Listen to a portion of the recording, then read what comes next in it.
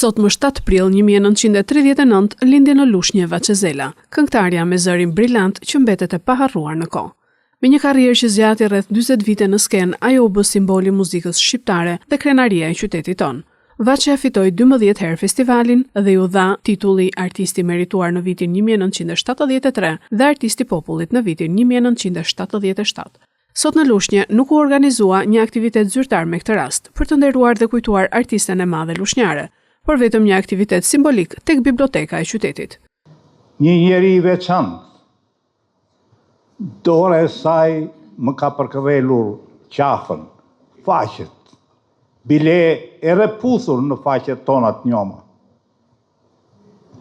Dhe në fund, shoqërohesh me një buzëqeshje të ëmbël.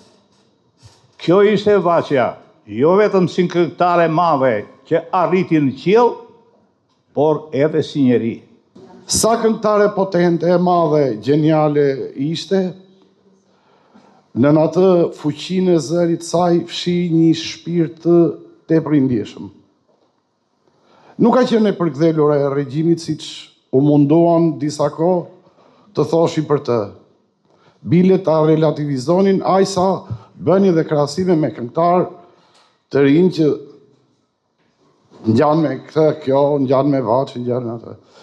Ajo kishte një shpirt tepër të ndjeshëm. Vaçja nuk do kujtohet thjesht si këngëtarja më e madhe, por unikja në llojin e saj. Vaçezela nisi rrugtimin artistik në moshë të re dhe arriti sukses të menjëhershëm duke fituar festivalin e këngës me këngën Fëmia i parë më 26 dhjetor të vitit 1962, kur ishte 23 vjeçe.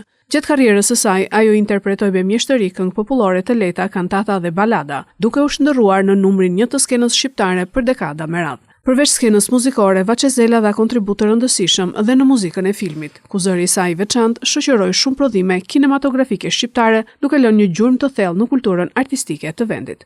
Vaçezela është e vetmja femër shqiptare nderuar në të gjallë me urdhrin deri i kombit më 24 dhjetor 2002.